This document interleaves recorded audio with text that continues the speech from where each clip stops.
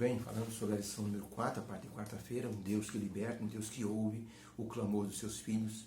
Havia numa escola um menino, dos seus 8, 9 anos, e que ele era oprimido por um garoto muito forte. O garoto prensava o pequeno num canto da parede e dizia: me dá o dinheiro todo que você tem. Os pais davam sempre para ele uns 10 reais para que ele pudesse comer um lanche na escola, mas o menino forte oprimia e o menino pequenino dava o dinheiro para ele. O menino forte dizia o seguinte, pegando com a mão no pescoço: se você contar para alguém que eu estou pegando seu dinheiro, eu arranco o seu braço como fiz com aquele menino ali. Na escola tinha um menino que havia nascido sem um dos braços. E o menino forte usava isso como uma espécie de pressão sobre o garotinho. Se você contar para alguém, eu arranco o seu braço como eu arranquei daquele menino. E por isso o menino todo dia dava dinheiro para aquele menino forte. Um dia, o menino oprimido viu um outro garoto muito forte defendendo um menino daquele seu opressor. Aquele garoto forte pegou aquele opressor pela camisa, empurrou ele contra a parede e disse: nunca mais mexa com esse menino. E o opressor foi embora. O menininho ficou encantado. Ele foi lá e disse: amigo, posso pedir uma coisa para você? Olha, contou a história. Aquele menino que você colocou para correr, todo dia ele rouba de mim 10 reais do meu lanche. Se você me ajudar a me proteger, eu te dou metade do dinheiro. O menino disse: não precisa me dar não. Ele está mexendo com você também. Foi atrás dele, trouxe o opressor até a presença do menino que era oprimido, e esse menino forte disse para o opressor: se você tocar nesse aqui, eu vou te arrebentar. Eu não quero você mexendo com o meu amigo. E então deu um chute nele, ele foi embora.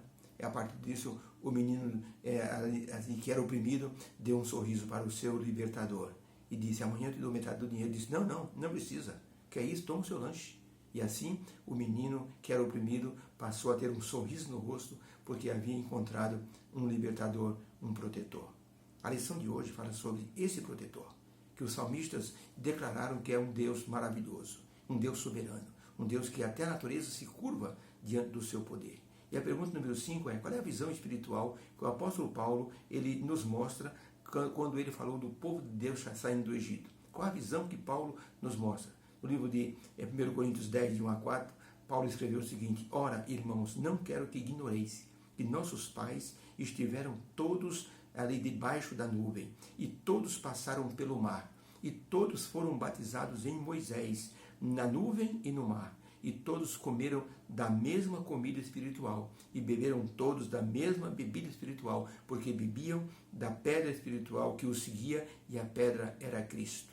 Então a pergunta: qual é a visão que o apóstolo Paulo nos mostra a respeito do povo de Deus saindo do Egito? Resposta: o apóstolo mostrou que a saída do povo de Deus do Egito simbolizou a salvação em Cristo, e que Deus nos tirou deste mundo para irmos até a Canaã celestial. Ele nos libertou para que nós pudéssemos alcançar a Canaã celestial. O apóstolo Paulo usou a figura do êxodo, do povo de Deus saindo do Egito, para que nós pudéssemos entender que estamos indo para um lugar melhor, uma pátria celestial. E ele usou essa saída do povo como um símbolo da salvação em Cristo Jesus. Ele comparou a libertação com a conversão e a travessia do Mar Vermelho como se fosse um batismo. Moisés foi um tipo de Cristo que libertou o povo e o conduziu pelo deserto, para que eles pudessem tomar posse da terra. Moisés, então, foi comparado a Jesus. E Josué, que orientava o povo, foi comparado ao Espírito Santo, que nos ajuda hoje, em todo o tempo, para que nós mantenhamos a nossa rota em direção ao céu. Por isso, Moisés morreu, mas foi ressuscitado, como Cristo morreu e foi ressuscitado e levado então para o céu.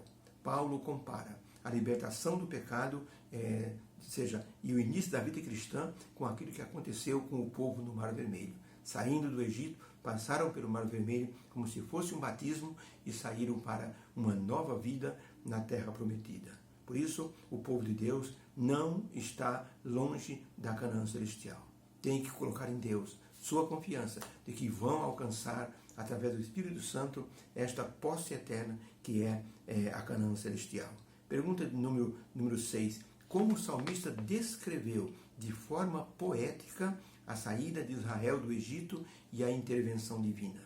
A resposta está em Salmo 114, de 1 a 8, onde o salmista escreveu o seguinte: quando Israel saiu do Egito, e a casa de Jacó saiu do meio de um povo de língua estranha. Judá foi seu santuário e Israel foi seu domínio. O mar viu isto e fugiu. O Jordão voltou para trás. Os montes saltaram como carneiros e os outeiros como cordeiros. Que tiveste tu, ó mar, que fugiste? E tu, Jordão, por que voltaste para trás? E os montes, por que saltastes como carneiro e os outeiros como cordeiro? Por que vocês fizeram isso? E ele responde: treme, terra, treme na presença do Senhor, na presença do Deus de Jacó, o qual converteu o rochedo em lago de água e a rocha em fonte de água. Então a pergunta é: como o salmista mostra de forma poética a saída do povo do Egito e a intervenção divina? Resposta: o salmista engrandeceu o poder libertador do Senhor e de forma poética mostrou a natureza se movimentando diante da ordem do poder infinito do soberano que os criou. Por isso, devemos crer nesse Deus como aquele que domina todas as coisas. O Salmo 114 é, na verdade, de uma beleza poética extensa, porque mostra Deus dominando a natureza. Isso mostra o poderio divino, os montes saltando como carneiros, como cabritos. Mostra que Deus tem um poder grandioso, que pode fazer o impossível por todos nós hoje em dia. O poder ali descrito mostra que o povo de Deus foi protegido no deserto, alimentado, foi ali colocado como se fossem cordeiros na mão do bom pastor. Deus quer que nós tenhamos essa visão hoje. Se estivermos passando por dificuldades, Ele é o nosso e será o nosso libertador.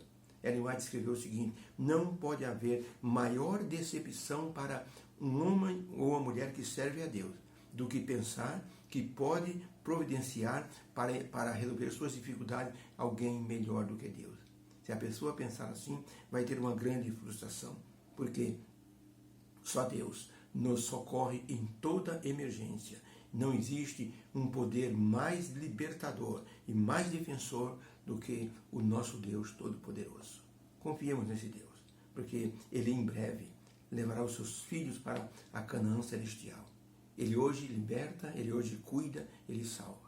Que possamos ter confiança nesse Deus poderoso, como o salmista também possuiu, em nome de Jesus. Obrigado, meu Deus, que o Senhor é o protetor. O Senhor mostrou o seu domínio quando tirou o povo do Egito. O Senhor mostrou o seu domínio sobre o pecado, quando o Senhor nos libertou do pecado. Te agradecemos pela condução em nome de Jesus. Amém. Fique com Deus. Uma boa quarta-feira. Deus abençoe.